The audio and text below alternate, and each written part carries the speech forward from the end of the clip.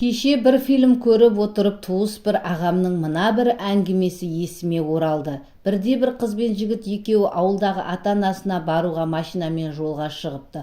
Таудың етегімен жалғасқан жолмен жүріп келе жатқанда машинасы сөніп қалады екен. Қарайып кеште батып қалса керек. Жігіт машинасының капотын ашып көріп, не себепті жүрмей қалғанына басы қатады. Бензині де бітпеген. Екеуі не істерін білмей ұзақ отырыпты. Қарындары да ашып, аздап жаурап та қалған екен. Көп өтпестен қыз таудың үстінде бір үйдің жарығы жанып тұрғанын көріп, қуанып жігітіне қарап: "Жаным, анда қарашы, светі жанып тұрған үйді көрдің бе? Осы жерден алыста емес сияқты. Мүмкін сонда барып жылынып, демалып ертең бірақ көрерміз." Жігітте айдалада машина жөндесетін адам жоқ. Үйді көріп қуанып қыздың айтқанына келісе кетеді. Екеу машинаны сол жерге тастай салып, біраз жүріп жаңағы үйге жетеді. Жігіт қыздың қолын құшақтап, екі жас бір-біріне қарай еркелеп есік қағады.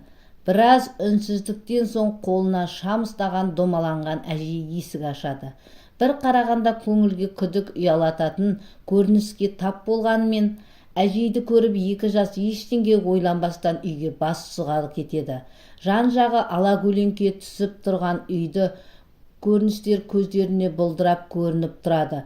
Жаңағы әжейдің сұлбасы анық көрінбей, біресе ұзарып, біресе домаланып, бастары айналып кетеді. Екеуі шаршағаннан болардай әжеге: "Ештеңе әуре болмаңыз, біз жатып демалсақ" деп өтініш білдіреді. Әже жарықты көтеріп екінші қабатқа апарып, екеуіне төсек салып беріпті.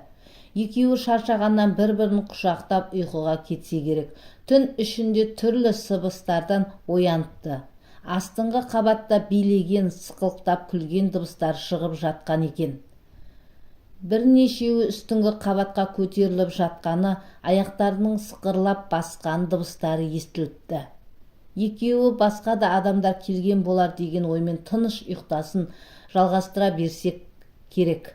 Сонда да түнімен біреулер көрпелерін тартып, аяқтарын қыдықтап, бір түрлі түсініксіз жағдайлар орын алған екен.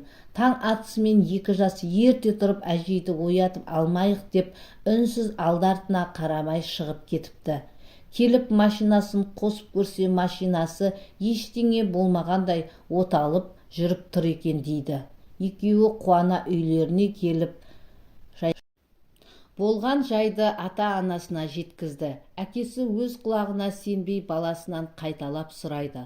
Баласы болған оқиғаны үтір нүктесіне дейін қайталап айтып береді. Әкесі таңдана. Ол үйде бұрын балалары тастап кеткен орыс кемпір тұрған. Көп өтпей ол әжей өмірден өтіп кетті. Ол үйдің қаңырап бос тұрғаны 5-6 жыл болды. Бүгін ертең біреулер келсе мал бағып жүріп, мен көрер едім. Әрі ол үйдің жағдайы адам тұратындай емес деп ойлана баласына қарап үнсіз қалды. Әкесі мен баласы шындыққа көз жеткізу үшін атқа мініп жаңағы үйге келген екен. Әкесі айтқандай үй қаңырап бос жатыр. Сыртының өзі көзге көріксіз қарайып, ағаштар шіріп кеткен. Ешқандай тіршілік иесі тұрмайтын, сынып қалған терезесінен ақ аңғару қиын емес еді.